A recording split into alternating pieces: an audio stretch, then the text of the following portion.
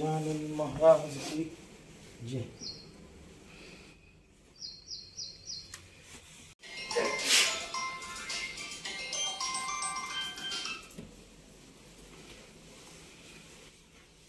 गणपती बाप्पा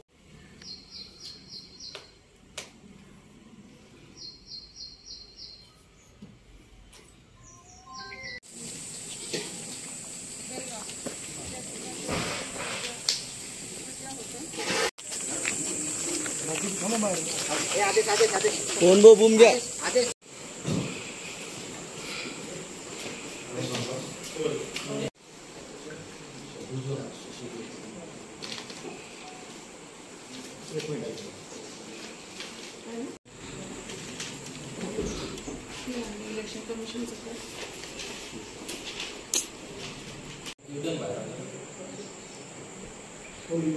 ठीक आहे। आपण सकाळीच पहिल्या वेळी मतदान केलेलं आहे, काय नेमकी पहिली प्रतिक्रिया?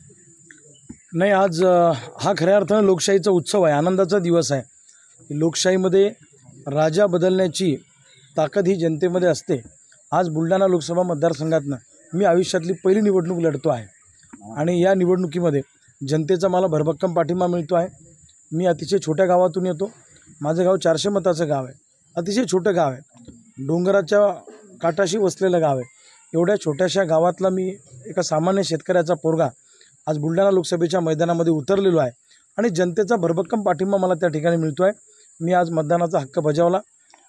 जे चिन्ह मला मिळालं त्या चिन्हासमोर बटन दाबताना मला प्रचंड आनंद झाला, माझा ऊर भरून आला की ज्या चिन्हाचा प्रचार आम्ही गावागावात केला ते चिन्ह त्या ठिकाणी दाबून आज मी स्वतःला मतदान केलं आणि खूप चांगलं वातावरण आहे।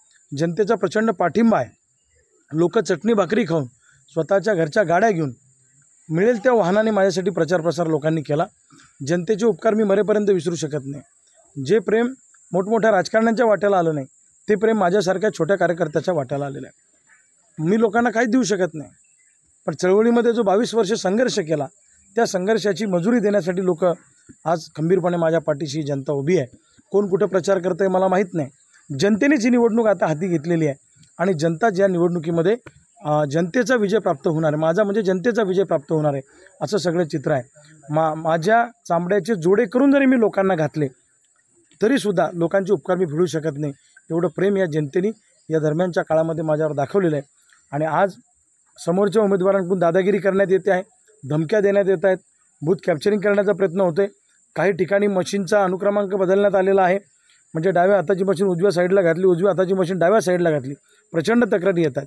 मी निवडणूक निर्णय अधिकाऱ्यांशी बोललो, अजूनपर्यंत त्यावर काही मार्ग निघाला नाही, परंतु जेवढी बदनामी आमची करता येईल, जेवढं लोकांना संभ्रम निर्माण करता येईल हा प्रयत्न विरोधी उमेदवारांकडून होतो आहे। त्यांनी किती जरी डाव आखले, किती जरी कारवाया केल्या तरी त्याचा आम्हाला काही फरक पडणार नाही। लक्षात ठेवा, जनतेने निवडणूक हाती घेतलेली आहे, जनता जिंकणार आहे। सत्य परेशान हो सकता है लेकिन पराजित नाही। युवकांचे हृदयस्थाने काय आवाहन करणार आहे? नाही, मी बुलढाणा जिल्ह्यातल्या तमाम युवकांना, महिलांना, तरुणींना आणि सर्वसामान्य नागरिकांना एक असं आवाहन करतो की मतदानाला बाहेर पडा। हा मतदानाचा दिवस म्हणजे हॉलिडे म्हणून साजरा करू नका। जास्तीत जास्त मतदान झालं पाहिजे।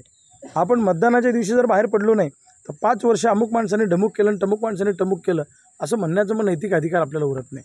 खऱ्या अर्थानं बाबासाहेब आंबेडकरांनी आपल्याला, संविधानाने आपल्याला राजा बदलण्याचा अधिकार आपल्याला दिलेला आहे घटनेमध्ये, त्यामुळे त्याचा पुरेपूर वापर आपण केला पाहिजे आणि सज्जन लोक जोपर्यंत संघटित येत नाही तोपर्यंत दुर्जनांचा पराभव होत नाही।